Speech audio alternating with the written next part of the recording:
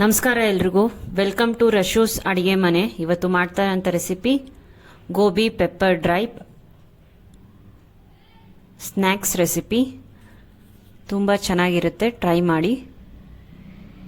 Gobi pepper dry ಮಾಡೋದಕ್ಕೆ ಬೇಕಾಗಿರುವಂಥ ಸಾಮಗ್ರಿಗಳು: ಕಾಲಿಫ್ಲವರ್ 600 ಗ್ರಾಮ್,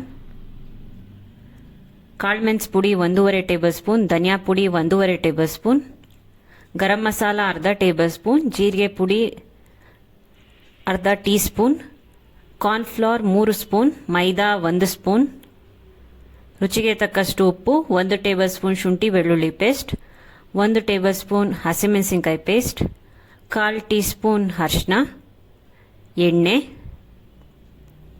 ಸ್ಟವ್ ಮಾಡಿ ಒಂದು ಪಾತ್ರೆಯಲ್ಲಿ ನೀರನ್ನ ಬಿಸಿ ಮಾಡೋಕ್ಕಿಟ್ಟಿದ್ದೀನಿ. ಬಿಸಿ ಆದ ನಂತರ ಕಾಲಿಫ್ಲವರ್ನ ಸೇರಿಸ್ಕೊಳ್ಳೋಣ.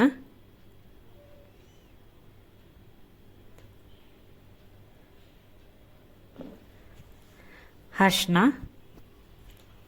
ಸ್ವಲ್ಪ ಉಪ್ಪು.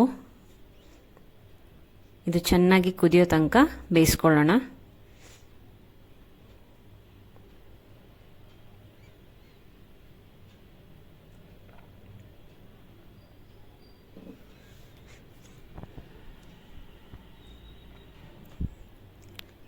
ಚೆನ್ನಾಗಿ ಕುದ್ದಿದೆ. ಸ್ಟವ್ ಆಫ್ ಮಾಡಿ ಕಾಲಿಫ್ಲವರ್ನ ತೆಗೆದು ಒಂದು ಬೌಲ್ಗೆ ತೆಗೆದಿಟ್ಕೊಳ್ಳೋಣ. ಬೌಲ್ ತೊಗೊಳ್ಳೋಣ. ಅದಕ್ಕೆ ಶುಂಠಿ ಬೆಳ್ಳುಳ್ಳಿ ಪೇಸ್ಟನ್ನು ಸೇರಿಸ್ಕೊಳ್ಳೋಣ, ಹಸಿಮೆಣಸಿನ್ಕಾಯಿ ಪೇಸ್ಟು,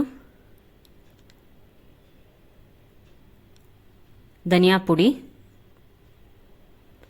ಕಾಳುಮೆಣಸು ಪುಡಿ, ಗರಂ ಮಸಾಲ,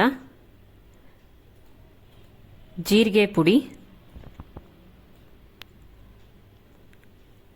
ಕಾರ್ನ್ಫ್ಲವರ್, ಮೈದಾ ಎಲ್ಲ ಮಿಕ್ಸ್ ಮಾಡೋಣ.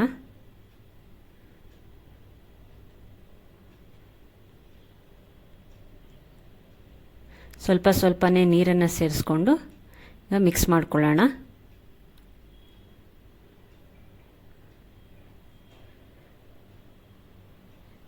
ರುಚಿಗೆ ತಕ್ಕಷ್ಟು ಉಪ್ಪನ್ನು ಸೇರಿಸ್ಕೊಳ್ಳೋಣ.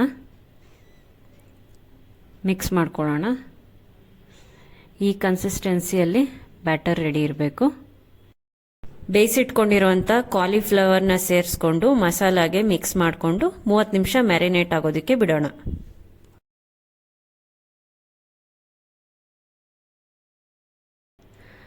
ನಿಮಿಷ ಆದ ನಂತರ ಬಾಣಲಿಗೆ ಎಣ್ಣೆ ಹಾಕ್ಕೊಂಡು ಕಾಯೋದಕ್ಕೆ ಇಡೋಣ.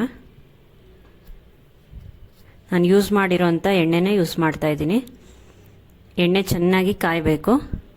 ಚೆನ್ನಾಗಿ ಕಾದ ನಂತರ ಒಂದೊಂದೇ ಕಾಲಿಫ್ಲವರ್ನ ಎಣ್ಣೆಗೆ ಬಿಡಬೇಕು.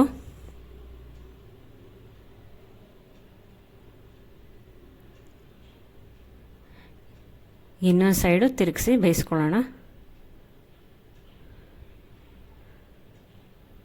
ತಳ ಬಿಡೋಕ್ಕೆ ಶುರು ಆಗುತ್ತೆ, ಆವಾಗ ಇನ್ನೊಂದು ಸೈಡ್ಗೆ ತಿರುಗಿಸ್ಕೊಂಡು ಬೇಯಿಸ್ಕೋಬೇಕು.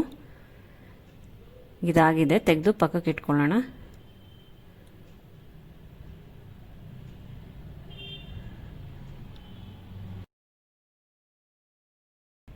ಗೋಬಿ ಪೆಪ್ಪರ್ ಡ್ರೈ ರೆಡಿ ಇದೆ. ಈ ವಿಡಿಯೋ ನಿಮಗೆ ಇಷ್ಟ ಆಗಿದ್ದರೆ ಲೈಕ್ ಮಾಡಿ, ಶೇರ್ ಮಾಡಿ. ಮತ್ತಷ್ಟು ವಿಡಿಯೋಗಳಿಗೆ ನನ್ನ ಚಾನಲ್ನ ಸಬ್ಸ್ಕ್ರೈಬ್ ಮಾಡಿ.